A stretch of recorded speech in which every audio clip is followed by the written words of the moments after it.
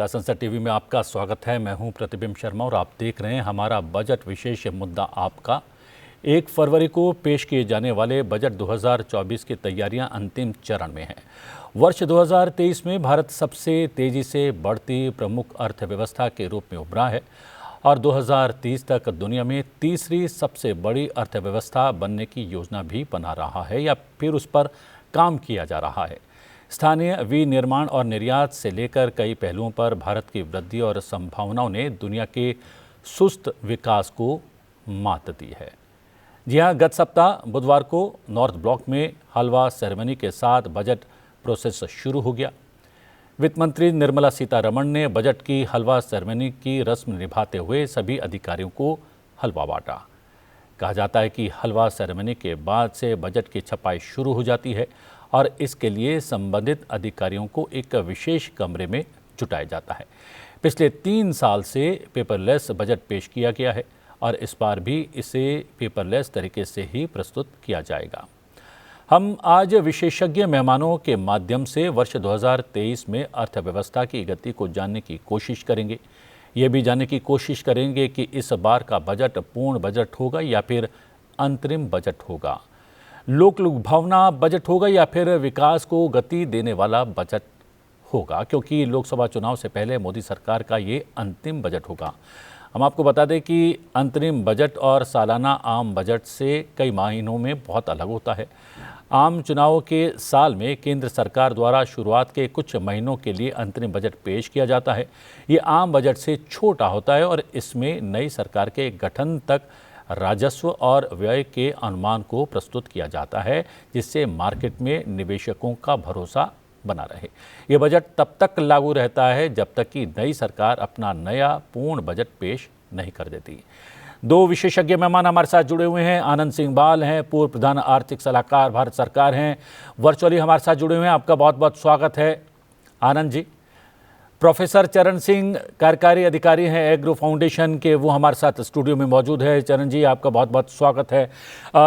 मोटे तौर पर मैंने बता दिया चरण जी कि आमतौर पर देखा जाता है कि केंद्र सरकार का चुनाव से पहला जो अंतिम बजट होता है उसे अंतरिम बजट कहा जाता है, इंटरिम बजट कहा जाता है। लेकिन ये देखा है कि पूर्ववर्ती सरकारों में बाकायदा इस बात की घोषणा की जाती है। यहाँ पर ऐसी कोई घोषणा नहीं की गई है कि ये फुल फ्लेज बजट होगा या अंतरिम बजट होगा।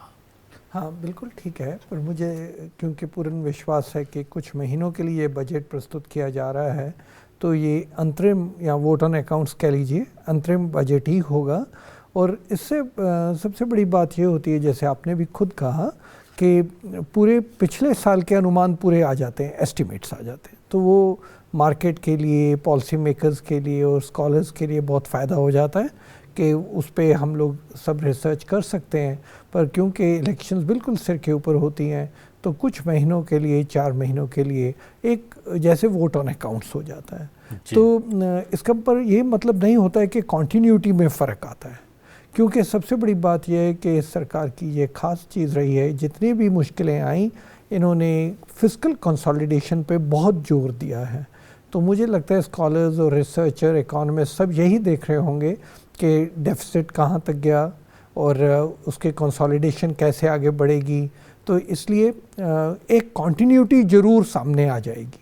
तो उस लिहाज से देखा जाए तो ये जो प्रेजेंटेशन 1 फरवरी को होगी उसको भी बहुत गहराई से विशेषज्ञ उसका अध्ययन करेंगे। आनंद सिंह जी भी हमारे साथ जुड़े हैं। आनंद जी, हमने देखा कि कई बार अंतरिम बजट में बजट खासा महत्वपूर्ण हो जाता है, फुल फ्लेज बजट से भी ज़्यादा महत्वपूर्ण हो जाता है। पिछले कुछ वर्षों में हमने देखा भी है। 2019 में मोदी सरकार ने इलेक्शन से पूर्व के बजट में बड़ी घोषणा की थी। उससे पहले 2004 में भी हमें देखने को मिला था कि OROP को लेकर एक बड़ी घोषणा उस अंतरिम बजट में की थी। तो कई बार आम जो पूर्णकालिक बजट होता है, पूर्ण बजट जो होता है, उससे भी ज़्यादा महत्वपूर्ण हो जाता है क्या कई बार अंतरिम बजट? मेरा अनुमान तो ये है कि इस बार का बजट तो ये वोट ऑन अकाउंट ही रहेगा, ये बहुत इम्पोर्टेंट बजट नहीं रहेगा। जो सरकारी नीतियां ऑलरेडी इम्प्लीमेंट हो रखी हैं मोस्ट ऑफ द सेक्टर्स में, सोशल सेक्टर स्कीम्स चल रही हैं, इंडस्ट्री में पीएलआई चल रही है, गरीबों का आवास योजना चल रहा है, हेल्थ केयर सेक्टर चल रहा है, ये सब चलते ही रहेंगी। तो कोई मेजर चेंज तो मुझे नहीं, मेरे अनुमान से कोई अनाउंस नहीं होगा। ये इंटरिम बजट रहेगी। एंड जैसा कि आप लोगों ने कहा कि नए सरकार के आने तक इसको बस इकोनॉमी को चलाते रहना है। और एक और बात यहाँ मैं कहना चाहूंगा कि भारत अब मतलब ज्यादा डेवलप्ड इकोनॉमी की तरफ जा रहा है, जहां पर role of the budget as a vehicle for public policy कम हो गया है। पहले बजट में बड़े बड़े अनाउंसमेंट होते थे, नॉर्मल बजट में भी, पर अब देखिएगा साल भर पॉलिसी नीतियां बनती रहती हैं। इसलिए बजट में एक बिंदु पर बहुत ज्यादा पॉलिसीज का अनाउंस होना, अब वो प्रक्रिया नहीं रही है। तो मेरे अनुमान से इस बजट में as it is interim budget है, बहुत साधारण सी नॉर्मल स्कीम्स रहेंगी, थोड़ा बहुत ग्रीन एनर्जी और इस सब पे हो सकता है, बट कोई मेजर अनाउंसमेंट मेरे अनुमान से नहीं होगा।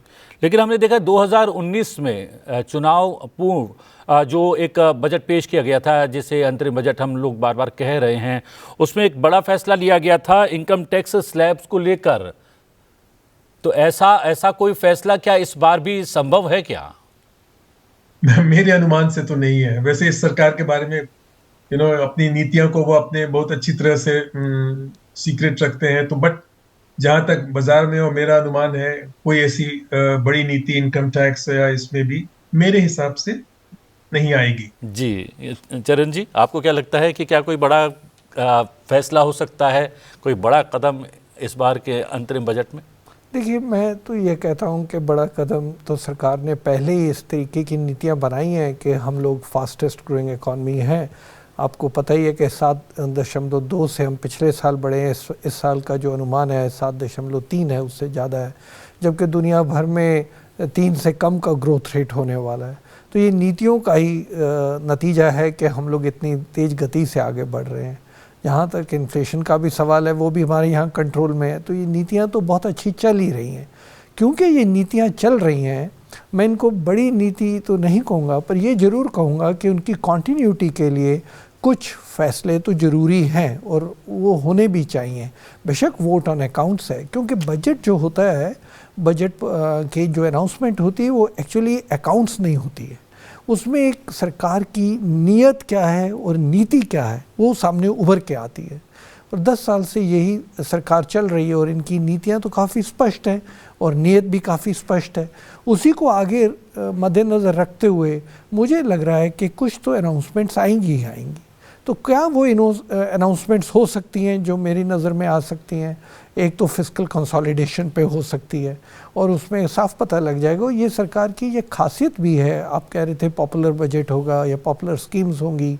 इनकी जो फिस्कल कंसोलिडेशन और फिस्कल स्ट्रेंथ को जो ये इतने आगे तरीके से बढ़ाते हैं, वही मुझे इनकी पॉपुलैरिटी लगती है। जितनी मुसीबत है उसके दौरान भी ये लोग कैपिटल एक्सपेंडिचर करेंगे ही करेंगे। यही इनकी पॉपुलैरिटी है, क्योंकि कैपिटल एक्सपेंडिचर जो है वो मल्टीप्लायर इफेक्ट के साथ एम्प्लॉयमेंट को जाके इम्पैक्ट करता है। तो मुझे लग रहा है कि फिस्कल कंसोलिडेशन में कुछ होगा, कैपिटल एक्सपेंडिचर के बारे में कुछ चीज़ें होंगी, नए इंफ्रास्ट्रक्चर प्रोजेक्ट्स पक्के अनाउंस किए जाएंगे। उसी तरीके देश में काफ़ी लोग कहते हैं कि बेरोज़गारी की प्रॉब्लम है, तो सरकार भी उसको टैकल कर रही है। तो मुझे लग रहा है एमएसएमईज़ के बारे में, जो लघु उद्योग है, उनके बारे में भी कुछ अनाउंसमेंट्स होनी चाहिए, क्योंकि नीतियां चल रही हैं, उन नीतियों को बल भी देना है। और 4 महीने के लिए उनको क्यों विश्राम देना है?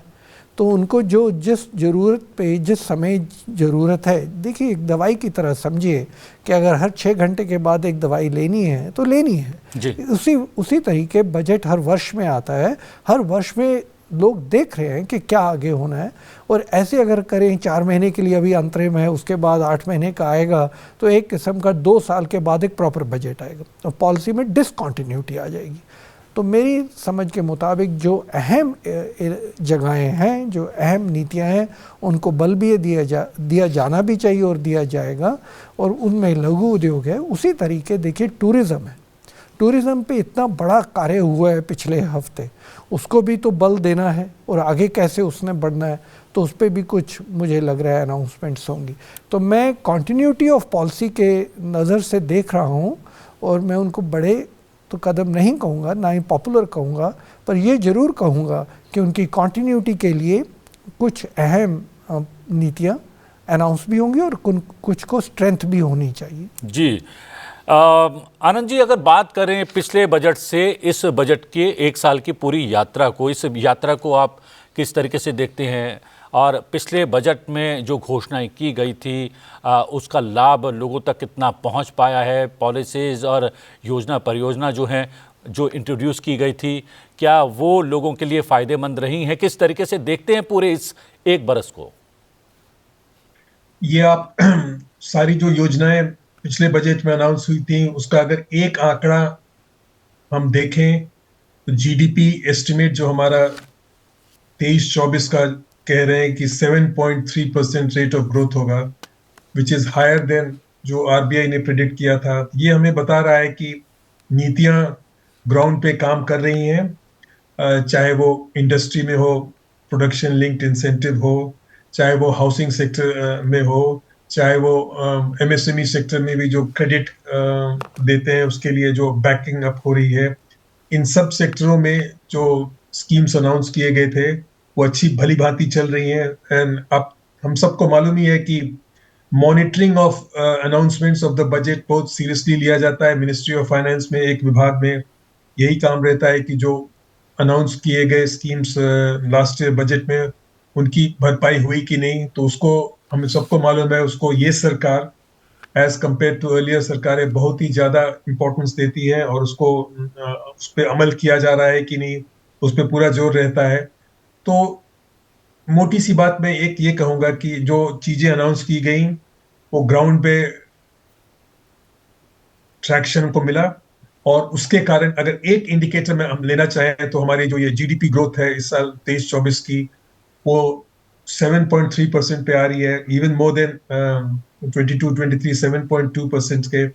ये हमें बताता है कि ये हमारे पॉलिसीज और थिंग्स अच्छे से ग्राउंड पे काम कर रही है। और इस सरकार की तो ये बहुत इंपॉर्टेंट बात है कि जो ये अनाउंस करते हैं उसको बिल्कुल पकड़ करके, लोहे की तरह पकड़ करके उसको उस पर अमल करते हैं।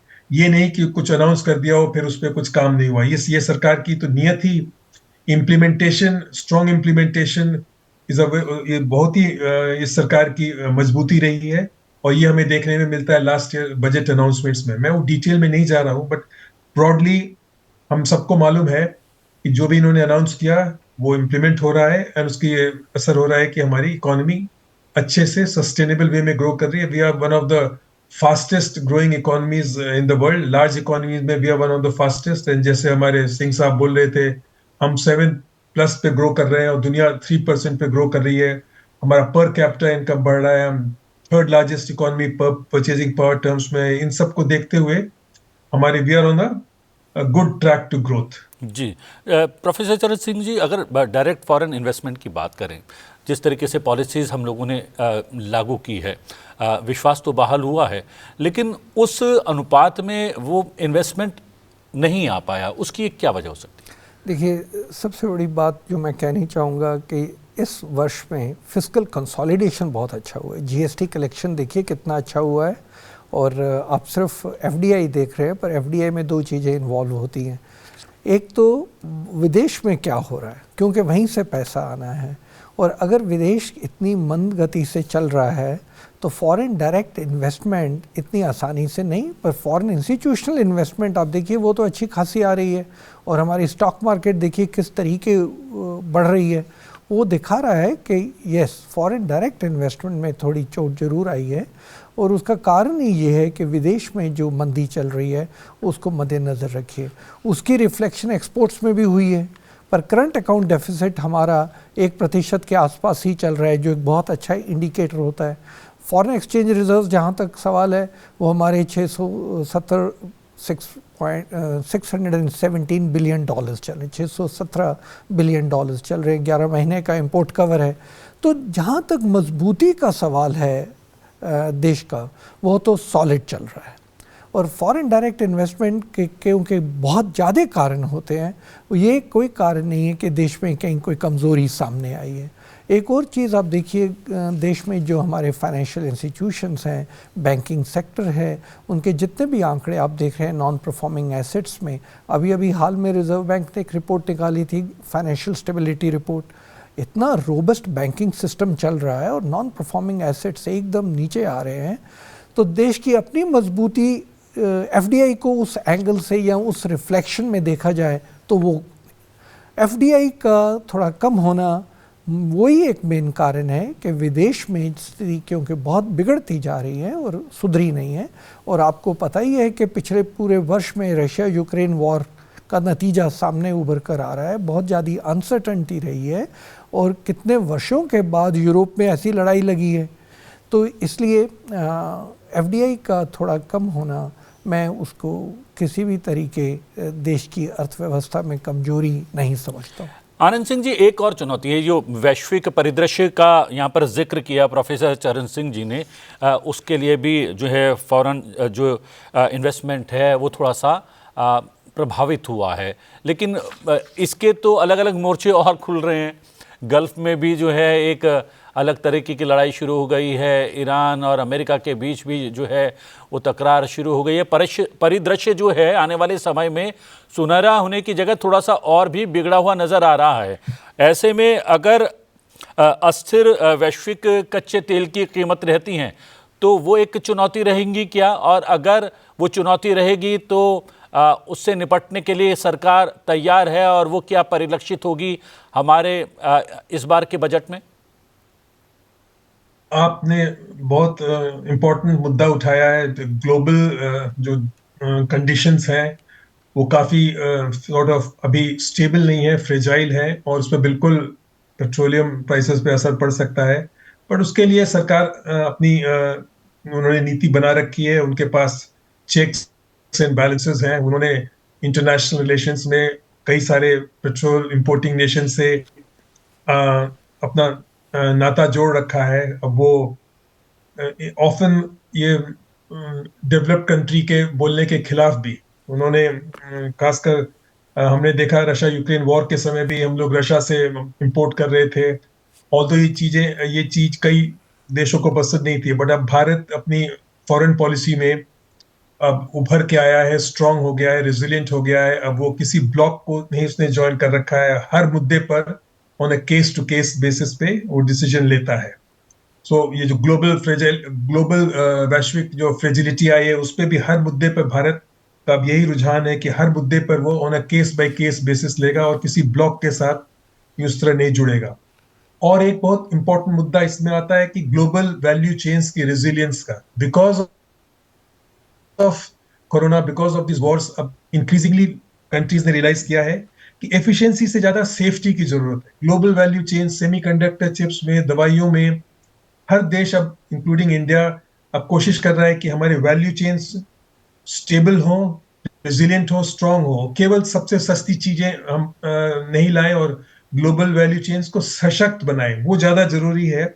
सो ग्लोबली अब एफिशिएंसी को थोड़ा पीछे रख करके सेफ्टी पे ज्यादा जोर दिया जा रहा है। सो ये जो ग्लोबल कंडीशंस में एक बहुत ही इंपॉर्टेंट मुद्दा उभर के जो आया है is resilient global value chains. पर उसमें हम लोगों ने प्रोडक्शन लिंक्ड इंसेंटिव स्कीम शुरू की है।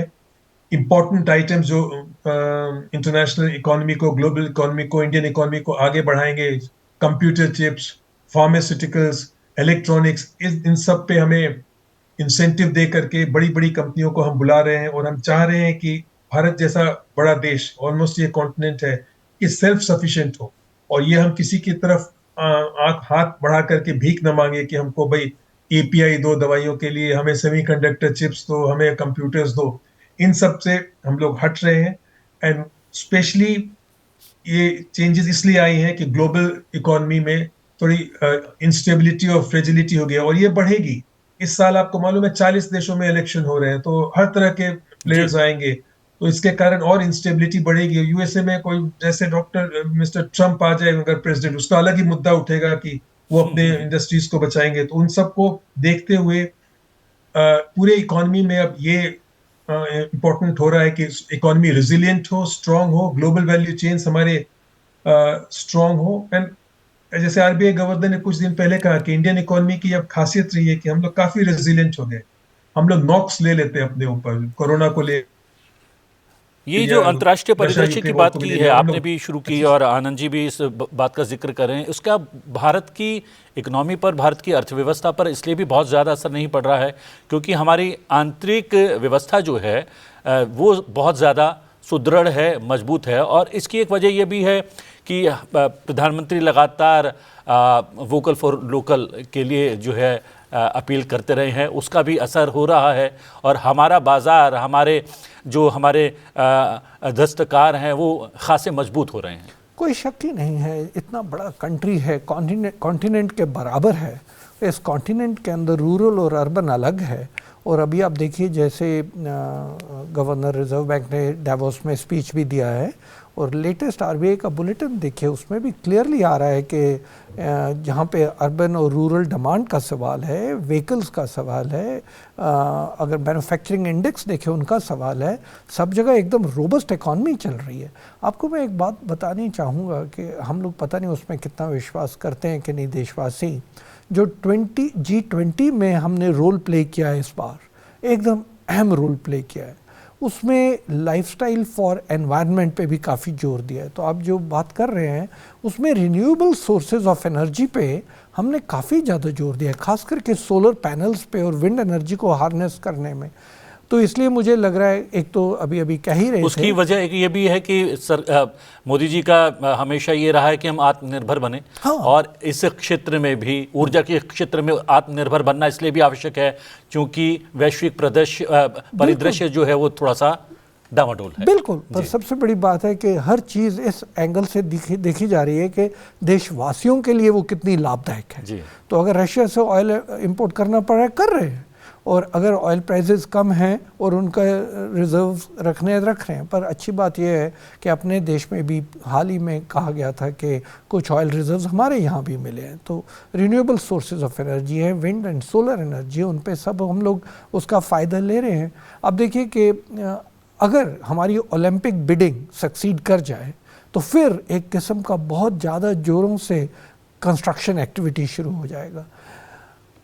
अयोध्या में होके आया हूँ करीब 1 महीना पहले, जिस तरीके की कंस्ट्रक्शन एक्टिविटी वहाँ हो रही है और लोगों में उत्साह है, वो भी एक चीज़ दर्शाता है कि अगर ऐसे हमारे पास 4-5 और सिटीज़ को हम लोग ग्रो करना चाहें, डेवलप करना चाहें, किसी भी एंगल से करना चाहें, नॉर्थ ईस्ट में करना चाहें या और जगह करना चाहें, तो उस तरीके हमारे पास इतने अच्छे मूल कारण हैं कि बिना विदेश पे निर्भर हुए हम अपने आप ही ग्रोथ ओरिएंटेड हो सकते हैं। तो इसलिए एक आत्मविश्वास लोगों में है कि देश उभर कर आगे आ रहा है, जो 1 वर्ष में हमने देखा है, जो पिछले 1 वर्ष में ग्रोथ इंडिकेटर्स देखे। जी। और सबसे बड़ी बात यह है आनंद जी, हम लोगों ने शायद 2030 तक का एक गोल सेट कर रखा है कि हमारी जो गरीबी है उसको आधा करना है। और जिस तरीके से 9 वर्षों में 25 करोड़ लोग जो हैं गरीबी से बाहर आ गए हैं, तो माना ही जा रहा है कि हम उस गोल को समय से पहले अचीव कर लेंगे। एक बात। दूसरा, पिछले 9 वर्षों में जो इनकम है, भारतीयों की आय है, वो 2 गुनी से ज़्यादा हो गई है। तो माना जाए जो परियोजना सरकार लागू कर रही है वो लगातार सफलता की ओर ले जा रही है देश को।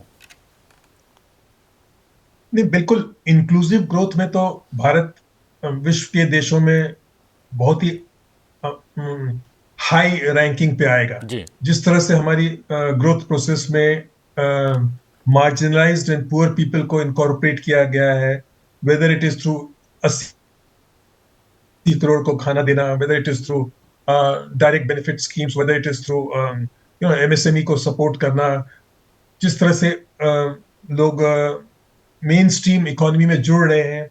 एंड लार्जली मैं इंपॉर्टेंस दूंगा डिजिटाइजेशन को भी। ये डिजिटाइजेशन के थ्रू लोगों के पास जो आइडेंटिटी नहीं थी, उनको आधार के थ्रू, उनको बैंक क्रेडिट के थ्रू मेन स्ट्रीम इकोनॉमी में जोड़ा जा रहा है। तो हमारी जो ये ग्रोथ प्रोसेस है वो पर्कुलेट कर रही है नीचे तक, तो सस्टेनेबल बन रही है। इसमें हर आदमी हिस्सेदार है।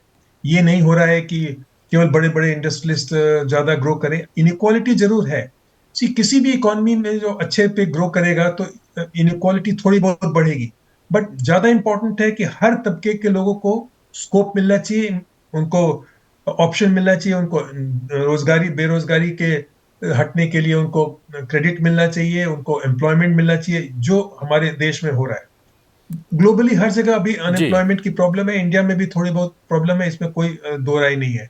पर जिस तरह से सेल्फ एम्प्लॉयमेंट देश में बढ़ रहा है, जिस तरह से वो थ्रू डिजिटाइजेशन लोगों को और सबसे बैंक बड़ी लोन में बात पैसा ये दिया है जा रहा है हर। कि हमारा जो स्टार्टअप है वो विश्व का सबसे बड़ा स्टार्टअप है, और स्टार्टअप के माध्यम से हम बेरोजगारी दूर ही नहीं कर रहे हैं बल्कि जो है रोजगार के नए अवसर भी खोल रहे हैं। आखिरी बिंदु, चलते चलते क्या कहना चाहेंगे बजट को लेकर? तो मैं आपसे पूरा सहमत हूँ। जनधन योजना ने और यूपीआई, जिसका जो हमारे विजिटिंग फ्रेंच प्रेसिडेंट उन्होंने भी कल गुनगाए हैं जब चाय पिया है, तो जो यूपीआई है, G20 का आप जिक्र कर रहे हैं, वहां पर जो हतप्रभ थे सब लोग देखकर यूपीआई का इतना कमाल इस्तेमाल इस विविधता भरे देश में। विदेश में लोग यूपीआई का मॉडल अभी अडॉप्ट कर रहे हैं, बात कर रहे हैं। कल तो फ्रेंच प्रेसिडेंट ने खुद देखा चाय पीते हुए ना।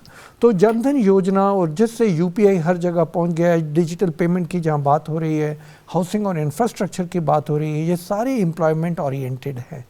अभी आप देखिए हमारे यहाँ पे स्टार्टअप कल्चर की आप बात कर रहे हैं, पर डेमोग्राफिक डिविडेंड भी बहुत बढ़िया है, और उसको कैप्चर करने के लिए स्टार्टअप ही चाहिए और एमएसएमईज लघु उद्योग चाहिए। तो उस पर जोर देना और स्किलिंग पे जोर देना जो हो रहा है, और उसको आगे बढ़ाना पड़ेगा। इनक्यूबेशन सेंटर्स जो हमारे यहाँ पर हैं वो भी बहुत सक्सेसफुल चल रहे हैं। तो मुझे लग रहा है कि इन सारे पहलुओं के कारण देश की जो गति है 2023-24 में तो 7.3 हम कह ही रहे हैं, पर अभी क्योंकि बजट जो आएगा 24-25 के लिए लागू आएगा, उसमें उससे ज़्यादा हमें गति दिखेगी। जी जी, गति दिखेगी, और ये गति आगे भी और जो है प्रगति की राह खोल देगी देश की। हम ऐसे ही जो हैं संभावना व्यक्त करते हैं। आप प्रोफेसर चरण सिंह जी, आपने बहुत कम समय में बहुत सारे बिंदुओं पर प्रकाश डाला, और आनंद सिंह जी आप वर्चुअली हमारे साथ जुड़े और बहुत सारे बिंदुओं पर आपने भी प्रकाश डाला। आप दोनों का बहुत बहुत धन्यवाद। बजट को लेकर हमारे बहुत सारे प्रोग्राम होंगे और बहुत सारे बिंदुओं पर हम चर्चा करेंगे। अलग अलग समय पर आपसे मुलाकात होगी, भेंट होगी। बजट विशेष आपका मुद्दा में आज के लिए इतना ही। संसद टीवी पर कार्यक्रमों का सिलसिला लगातार जारी रहेगा। बने रहिए संसद टीवी के साथ। मुझे दीजिए आज्ञा। नमस्कार।